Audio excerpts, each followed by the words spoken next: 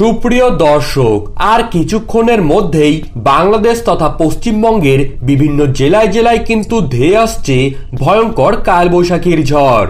30 থেকে 40 কিলোমিটার গতিবেগে ঝড়ের দমকা হাওয়ার পাশাপাশি বিভিন্ন জায়গায় জায়গায় শিলাবৃষ্টিপাতের সতর্কবার্তা রয়েছে।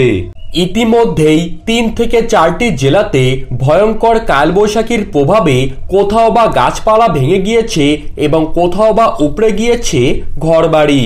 শক্তিশালী নিম্নচাপ অক্ষরেখার জেরে আগামী 3 থেকে 4 দিন পর্যন্ত বাংলাদেশ তথা পশ্চিমবঙ্গের বিভিন্ন জায়গায় জায়গায় ভারী বৃষ্টিপাত চলতে পারে। এছাড়াও আকস্মিকভাবে কিন্তু লক্ষ্য করা যেতে পারে কালবৈশাখীর ঝড়।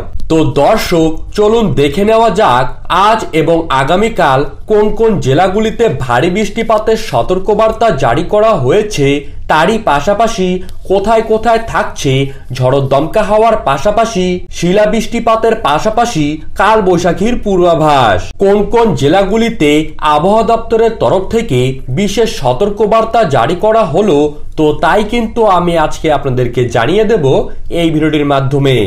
বিস্তারিতভাবে জানতে হলে অবশ্যই ভিডিওটিকে শেষ পর্যন্ত মনোযোগ সহকারে দেখবেন এবং আবহাওয়ার সঠিক খবর সবার প্রথমেই পেতে হলে অবশ্যই নিজের জেলার নামটি কমেন্ট বক্সে জানিয়ে রাখবেন এবং চ্যানেলটিকে সাবস্ক্রাইব করবেন, যাতে আপনার জেলার কোনো খবর বেরিয়ে আসলেই আপনারা যেন সবার প্রথমেই পেয়ে যেতে পারেন।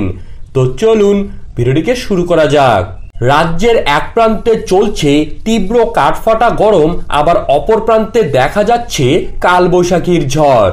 কিছুক্ষণ আগেই দক্ষিণবঙ্গের বেশ কয়েকটি জেলাতে 30 থেকে 40 কিলোমিটার গতিবেগে কিন্তু বয়ে গেল কালবৈশাখীর ঝড়। আবহাওয়াবিদরা জানিয়েছেন, শক্তিশালী নিম্নচাপ অক্ষরেখার জেরে আগামী 2 থেকে 3 দিন পর্যন্ত আকস্মিকভাবেই কিন্তু এইসব বৃষ্টিপাত লক্ষ্য করা যাবে।